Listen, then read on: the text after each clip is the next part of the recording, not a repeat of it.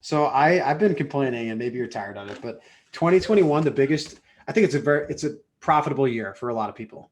There's a lot of gold out there if you're looking in the right spots to go find. But getting shit done in 2021 is, I can't imagine a harder environment. Like when you go to lenders, if they need an appraisal, the appraisals always come in under, depending on what state you're in, because of rapid appreciation. Every title company is not hiring enough, and they're getting a lot of transactions.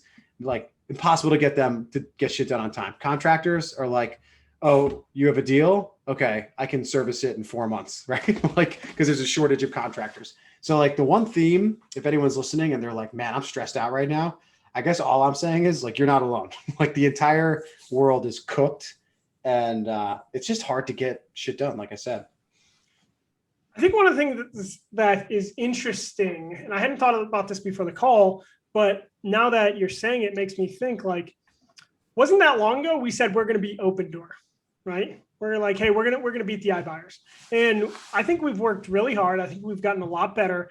And during that process, instead of getting closer to beating Opendoor, we've been like, this is a lot of work, right? This is a lot of work. What does that mean? It means that I think you can do 100 houses a year, right? And we know people doing 100 houses a year, and that's incredible. That's awesome. We're on track to do 100 deals this year.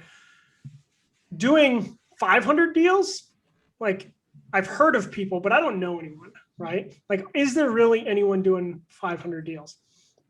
I doubt it, right? 100 deals is a lot. Why is 100 deals a lot? Because you start realizing it is hard, man.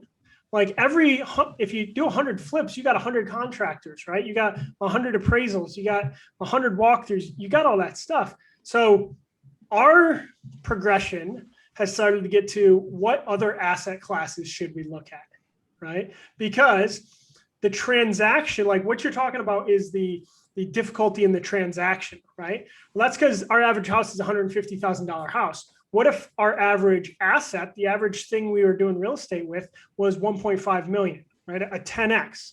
Then hypothetically, if our margin stayed the same, instead of doing 100 deals, we could do 10 deals, right? So that's why I think almost everyone that starts and has a lot of success in single family, they start looking at other asset classes. So I'm not tired of you complaining about it. I think it's kind of been this awakening of like, we were bullheaded and said, we're going to do it in single family, even though no one else can. And through this evolution, we're like, I think we should look at other asset classes, man. Thanks for listening to the Virtual Real Estate Investing Podcast, presented by Greyline Investments, where we talk about how to find, fund, and finish deals from anywhere in the world.